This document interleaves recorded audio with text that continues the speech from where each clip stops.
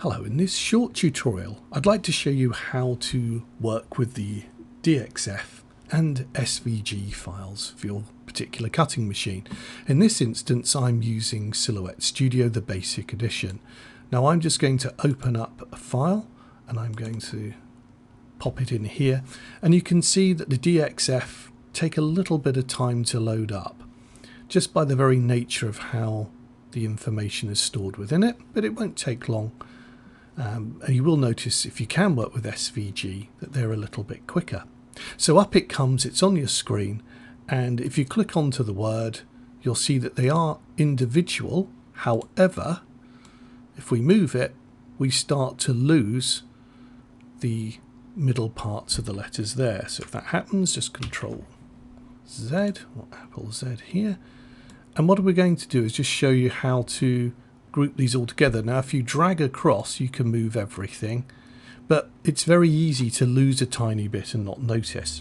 So the trick here is to highlight all the words like so, and you'll notice now that each word is within a box and the elements that are created within the inner parts of the letters are just highlighted in little black boxes there. Now I'm going to use the modify command in this particular software, but the same thing is going to be similar to the software that you're using. What we're going to do now is make a compound path. Now this is at the very heart of cutting files, so I'm going to hit now compound paths, and we'll see now that it's created one big file. So the next thing to do is just to divide that, and back come the individual words, and I'll just close that down. And now you're able to move those around, copy and paste them perhaps if you want to onto a separate working area. So open up another page view and just copy across what you need, and then you can work with it there as well. The other thing to do now is just to, and it's always advisable, is to save this in the proprietary file format of the program that you're using. By that I mean I'm simply going to go up to File, I'm going to go Save As, I'm going to go to Save to Hard Drive, and I've set up a little folder here where my original ones are, and it's going to save now as a Silhouette Studio V3. I'm going to click OK, there's already one in there, yep, overwrite it. And now you've got that file to open at any time, and then it'll always work like this. So it's a one-time deal, as they say. And then you can work within that file if you want to. And again, what I often suggest is just, because there are so many words, it's jam-packed with goodies on here, I'm just going to highlight the two that I want, go to Copy, File, New, get rid of the cutting format there, click onto it, Control V or Paste, and you're then ready to work with this, make it bigger, move it around, and use it as you would any other file. You can change the size of them and position. So that's how we would work with the DXF files, the file format there. So I'm just going to close that down. We're not going to save any changes, and we'll just go back there. And I'm now going to open up another file, and this one's going to be SVG. And again, a similar thing. If we click onto it, we'll notice that this is already appearing as a compound file, one that's all joined together. So what we now need to do with the SVG is again go into Modify, and because it already comes, the compound paths are already there, we're going to simply hit Divide. We want to just divide that up, and you'll see now if you click off, and again I'll just deselect that, we've now got the individual words. So the center parts and the smaller parts, the inner parts of each of the letters don't get left behind.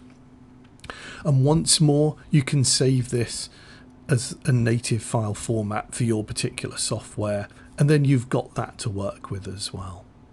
So I hope that shows you now how simple it is to work with the words. I said they're slightly different from perhaps regular graphic objects that you get. in as much as then you've got, and depending on which file you've got, you know, there can be loads of words or just a couple on there. And it's a great way now of just working with this. And again, same principle. We can just copy that. I'll just set up a new page, get rid of the page set up there, just go Control V, and you can enlarge, move around, etc., and work with them however you would with your normal cutting machine. These are ready to cut out as per se. When you're happy with that, again, working with your own particular machine, your own particular software, we can just simply send that off to the cutting machine. With both file formats, both the SVG and the DXF, it's always best to then open it, create it so it's a workable file for you. Let me go back to general sentiments here, so you can work individually. And then once it's saved in the native format of the program that you're working with, you're able just to open it up each time and work with it however you would like. So it just said a little bit of a one-time deal. I'll just close those down, and just to show you, I'm going to go File, Open, and here's one I prepared earlier on, and it's opened up, and everything's ready for me to use it whenever I want to. And of course you can subdivide, put the words in. It's really up to you to work with it however you want to. But that is how you will need to work with these particular files with your particular cutting machine. And just to reiterate that this was done for the Silhouette Studio, but the similar process of going to the commands. Now yours might not be called modify, but you're looking for your compound paths and the divide, or something that helps you divide what you've made up. Again, it might be called something different on your particular machine. But this control panel here is really at the heart of all cutting machines. This is really probably one of the most powerful tools that you have on the machine, and there's plenty of tutorial videos out there showing you how to use them for all sorts of exciting things. But for our word dice here, our word cutting files, that's the most important part. You're just going to make and divide, or simply divide. Now with a choice of files, you may not have a choice. Something like this, the Silhouette Studio, the basic software, which is fantastic, will only let you import a DXF. If you go up to the Designer Edition, you can then use SVG. In truth, there's not really much in it. You want to get these onto your machine, that's all you're interested in doing, and that's absolutely fine. I like SVG just because of the way that it works. It's scalable vector graphics, but in truth the DXF is absolutely fine, and you'll notice that even working with these, that they'll still scale up and without any loss to the shape or look of it as well. So that, I mean, that would be pretty huge if you wanted to cut it out. Anyway, I hope this helps you understand a little bit more about the file formats, and you can get the best fun out of your particular word cutting files here for your particular machine. Take care and enjoy your crafting. Bye bye.